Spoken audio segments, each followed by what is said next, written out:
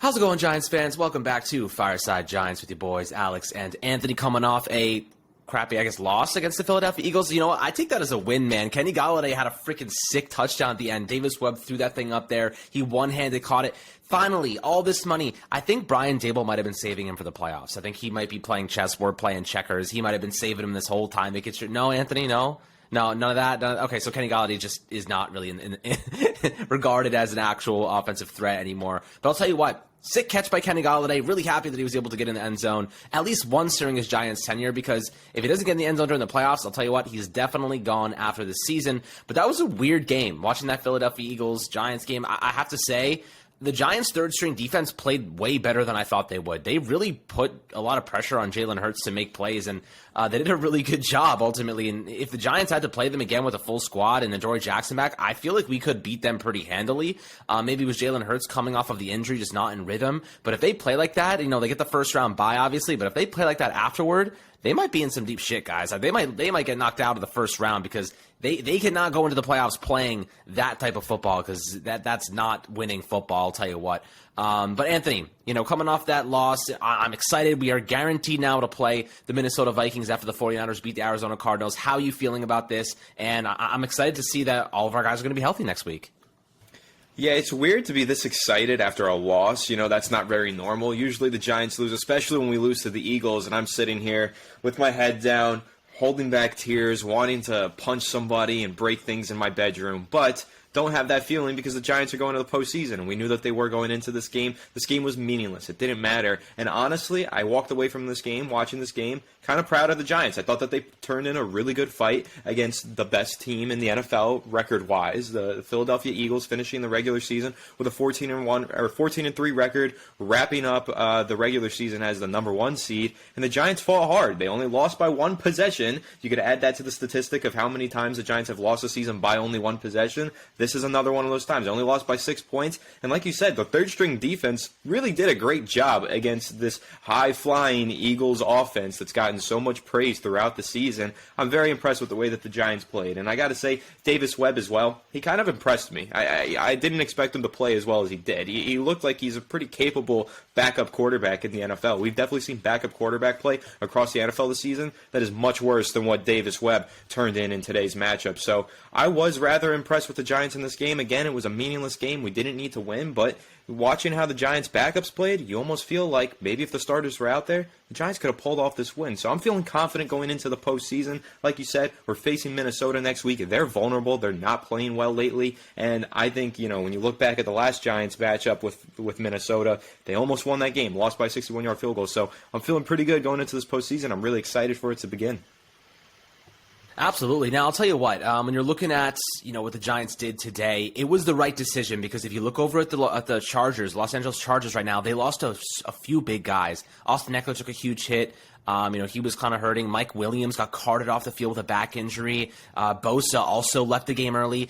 We're talking about the exact same scenario as the Giants. They did not need to win. Their seed was locked. They ended up starting their starters, and what happens? A lot of them get hurt. So the Giants made the right decision. Brian Daboll made the right decision, and, they still were competitive for the most part, and I thought they played well in some regards. Now, Davis Webb, obviously, first career start, kind of stepped up and did some nice things. Had that rushing touchdown, which is pretty badass, but now we look ahead toward the Minnesota Vikings and what the Giants can do against a very, very good team offensively when they're in rhythm, right? Their defense is a liability. I'd say that if you put pressure on Kirk Cousins, you can beat the Minnesota Vikings, but we have a healthy squad coming back. Azeez Ojulari, of course, came on Thibodeau, those two guys off the edge, Dexter Lawrence, Leonard Williams gets an extra week of rest, and then, of course, you have Adoree Jackson coming back in the secondary, who's a big, big part of this defense, obviously. We haven't had since, week 8 or 7 against Seattle, and then you're looking over at Xavier McKinney, who now has a game under his belt, obviously an extra week of rest, probably hands feeling good. Still have the club, I imagine, but ultimately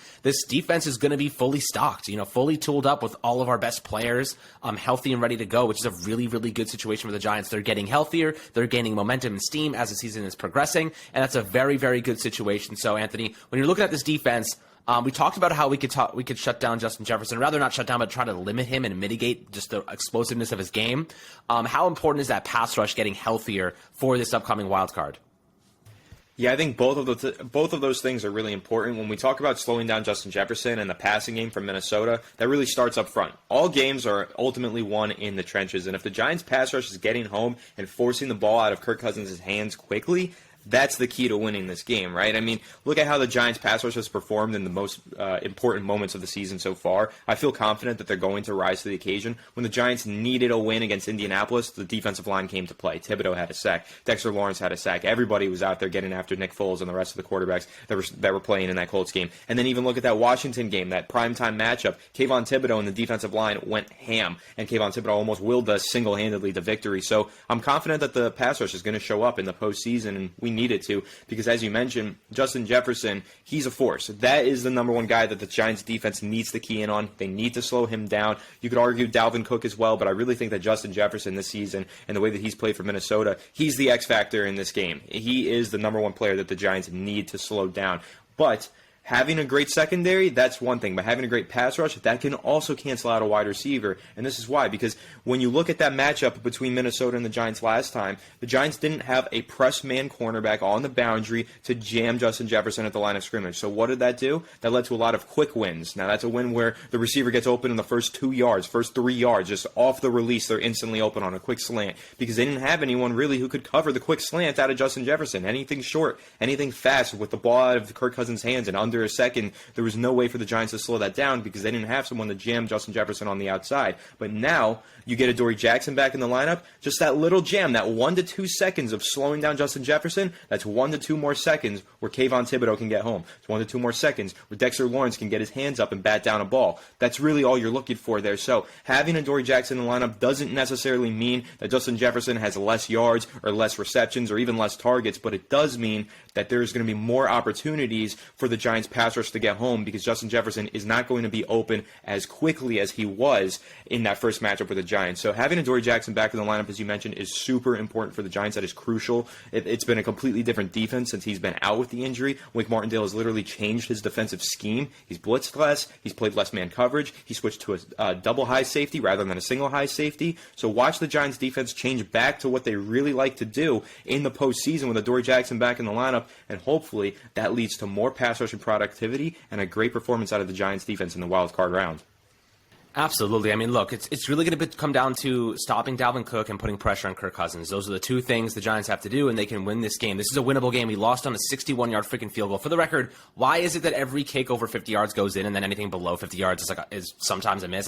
It's weird Giants stuff like this that happens that just makes no sense to me. But I'll tell you what, I'm excited. I'm optimistic. I'm happy that we're all healthy going into the wild card round, and the regular season is over, my friends. 18 weeks. Appreciate everyone sticking through with us as we've kind of experienced an optimistic viewpoint of this year and seen a lot of progress, a lot of development across the board. We're very, very excited. Just some upcoming, kind of content news for this week, some updates on what we have coming out for you guys. Anthony's been doing some breakdowns on some plays from the Minnesota game that maybe we can look to extrapolate on against them in the wild card round. So maybe taking a look at how the Giants beat them in that game a couple weeks ago, and maybe where they can attack them in the near future. So I think that's going to be really good for you guys to see some really good value there in terms of what the game plan might look like for this Giants team and what plays they may run to try to beat them once again. I would say keep an eye on Darius Slayton. I feel like he might get a sneaky deep throw. I think they're going to try and bait this Minnesota Vikings team with Isaiah Hodgins because he really did well against Patrick Peterson. They're going to try to get a lot of attention looking at him,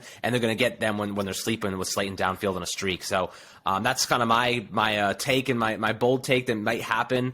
But nonetheless, fun to see Kenny Golladay get in the end zone. Fun to see Davis Webb get his first NFL start. And ultimately, just good vibes all around right now. We're happy to be in the postseason. We know this game didn't matter, but the Giants kind of played better than we thought they did against the Eagles. And ultimately, we're really, really excited for what is to come, my friends. Always happy to hear perspectives and opinions below in the YouTube comments. Make sure to have a fantastic rest of your evening and a great Monday. Like and subscribe as always, and we'll catch you guys on the next Fireside Giants episode.